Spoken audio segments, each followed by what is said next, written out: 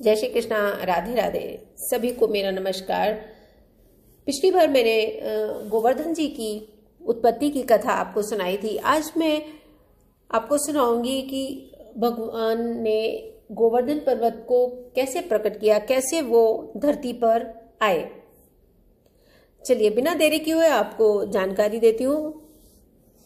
जब भगवान श्री कृष्ण ने गोलोक धाम की रचना की और सारे गोप ग्वाले और यमुना वृंदावन सबकी रचना की, तब एक दिन रास मंडल में श्री राधिका जी ने प्रभु से कहा, यदि आप मेरे प्रेम से प्रसन्न हैं तो एक मैं प्रार्थना करना चाहती हूँ। तब श्याम सुंदर ने कहा, मुझसे आप जो भी मांगना चाहती हैं मांग लो। तब श्री राधा जी ने कहा, वृंदावन में यमुना के तट पर दिव्य निकुंज के पार्श्व भाग में आप रास रस के योग्य एक एकांत एवं मनोरम स्थान प्रकट कीजिए, यही मेरा मनोरथ है। तब भगवान श्री कृष्ण ने तथास्तु कहा और एकांत लीला के योग्य स्थान का चिंतन करते हुए नेत्र कमलों द्वारा अपने हृदय की ओर देखा। उसी समय गोपी समुदाय के देखते देखते श्री कृष्ण के हृदय से अनुराग के मूर्तिमान अंकुर की भांति एक सघन तेज प्रकट हुआ और रास भूमि में गिरकर वह पर्वत के आकार में बढ़ गया। वह सारा पर्वत बहुत ही सुंदर था, बिल्कुल रत्न की तरह। सुंदर झरने, लताएं बहुत ही सुंदर। एक ही क्षण में वह पर्वत लाख योजन विस्तृत और शेष की तरह 100 कोटि योजन लंबा हो गया। उसकी ऊंचाई 50 करोड़ योजन की हो गई, 50 कोटि योजन में फैल गया। इतना विशाल होने पर भी वह पर्वत मन से उत्सुक होकर बढ़ने लगा।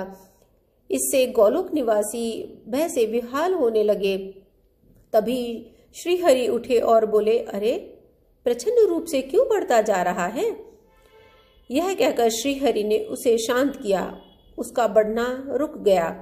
उत्तम पर्वत को देखकर राधा जी बहुत प्रसन्न हुई। जब भगवान पृथ्वी पर अवतार लेने वाले थे, तब भगवान ने गोलोक को नीचे पृथ्वी पर उतारा और गोवर्धन पर्वत ने भारतवर्ष के पश्चिम दिशा में शाल्मली द्वीप के भीतर द्रोणाचल की पत्नी के गर्भ से जन्म ग्रहण किया। इसकी कथा मैं आपको पिछली बार सुना चुकी हूँ। अब हम गोवर्धन जो पर्वत है उसकी महिमा को सुनेंगे।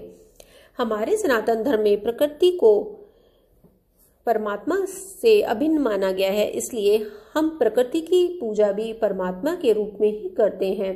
चाहे वह नदी, पर्वत, वृक्ष कुछ भी हो, हम बिल्कुल परमात्मा प्रभु की तरह ही उनकी पूजा करते हैं। परिक्रमा हमारे सनातन धर्म की पूजा पद्धति का अहम हिस्सा है। हिंदू धर्म में परिक्रमा, जिसे प्रदक्षिणा भी कहते हैं, मंदिर, देव, प्रतिमा, पवित्र स्थानों, नदियों सभी की जाती है। कलयुग में गोवर्धन पर्वत, जिन्हें गिरिराज पर्वत भी कहा जाता है, उनकी परिक्रमा का बहुत महत्व है। गिरिराज पर्वत की परिक्रमा श्रद्धालुओं के सभी मनोरथों को पूर्ण करने वाली होती है। गोवर्धन पर्वत को योगेश्वर भगवान श्री कृष्ण का स्वरूप भी माना गया है। गिरिराज पर्वत को प्रत्यक्ष देव माना जाता है। इन्हीं गोवर्धन पर्वत को द्वापर युग में भगवान श्री कृष्ण द्वारा इंद्र का मदचूर करने के लिए ब्रजवासियों को इंद्र के कोप से बचाने के लिए 7 दिन तक अपने वाम हाथ की उंगली पर धारण किया था। इसकी कथा मैं आपको अगली अपनी वीडियो में सुनाऊंगी। 3 मुखारविंद हैं गिरिराज पर्वत के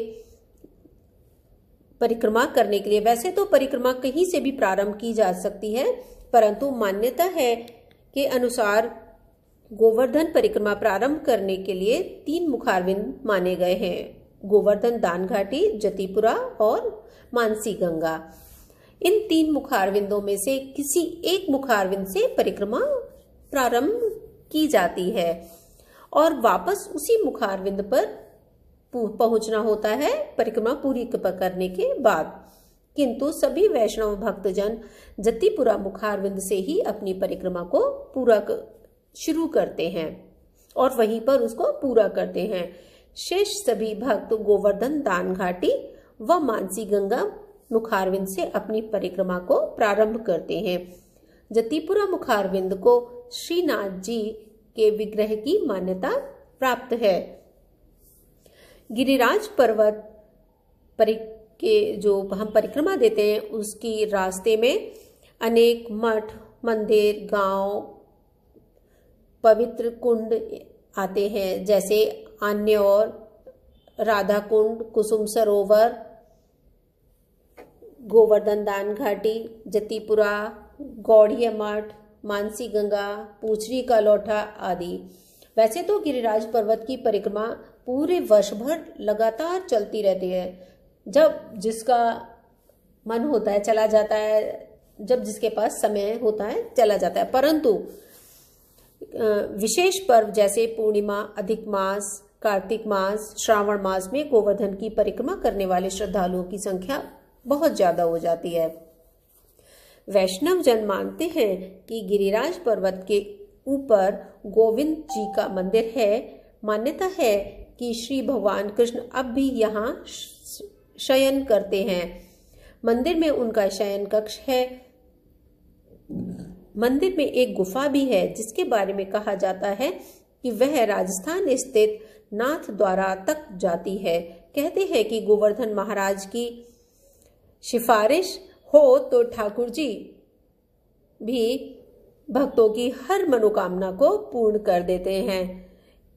हम सभी प्रभु की परिक्रमा करने के लिए तो जाते ही हैं, चाहे वो कितना भी गरीब हो, कितना भी अमीर हो, सभी एक भाव से ही परिक्रमा करते हैं। कोई अपनी कार, कोई अपना रिक्शा, जो भी है सबको छोड़ देते हैं, वहां वो पैदल ही चलते हैं।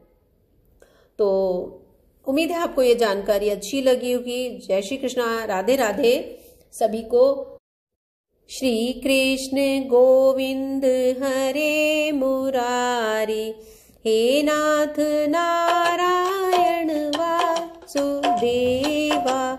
श्री कृष्ण गोविंद हरे मुरारी, हे नाथ नारायण वासुदेवा। श्री कृष्ण गोविंद हरे मुरारी, हे नाथ नारायण वासुदेवा। श्री कृष्ण गोविंद हरे मुरारी, हे नाथ नारायण वासुदेवा। श्री कृष्ण गोविंद हरे मुरारी, हे नाथ नारायण वासुदेवा। श्री कृष्ण गोविंद हरे मुरारी, हे नाथ नारायण वासुदेवा। श्री कृष्ण गोविंद हरे मुरारी, हे नाथ नारायण वासुदेवा। हे नाथ नारायण वासुदेवा। श्री कृष्ण गोविंद हरे मुरारी, हे नाथ नारायण वासुदेवा।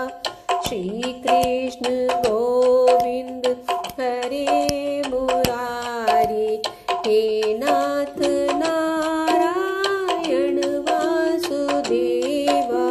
श्री कृष्ण गोविंद हरे मुरारी, हे नाथ नारायण वासुदेवा। श्री कृष्ण गोविंद हरे मुरारी, हे नाथ नारायण वासुदेवा। श्री कृष्ण गोविंद हरे मुरारी, हे नाथ नारायण वासुदेवा। वासुदेवा, हे नाथ नारायण वासुदेवा, श्री कृष्ण गोविंद हरे मुरारी, हे नाथ नारायण वासुदेवा, श्री कृष्ण गोविंद हरे मुरारी, हे नाथ नारायण वासुदेवा, हे नाथ नारायण वासुदेवा, श्री कृष्ण गोविंद हरे मुरारी, हे नाथ नारायण वासुदेवा, श्री कृष्ण गोविंद हरे मुरारी, हे नाथ नारायण वासुदेवा, श्री कृष्ण गोविंद हरे मुरारी, हे नाथ नारायण वासुदेवा। जय जय श्री राधे। उम्मीद है आप सभी को मेरी वीडियो पसंद आई होगी। मेरे चैनल को सब्सक्राइब करना ना भूलें। ऐसी ही अच्छी अच्छी वीडियोस सुनने के लिए, मेरी अच्छी अच्छी जानकारी लेने के लिए मेरे चैनल को सुनते रहें, मेरी वीडियोस को देखते रहें। आपके ढेर सारे प्यार के लिए धन्यवाद जो आपने मुझे दिया मेरी पिछली वीडियो के लिए। जय श्री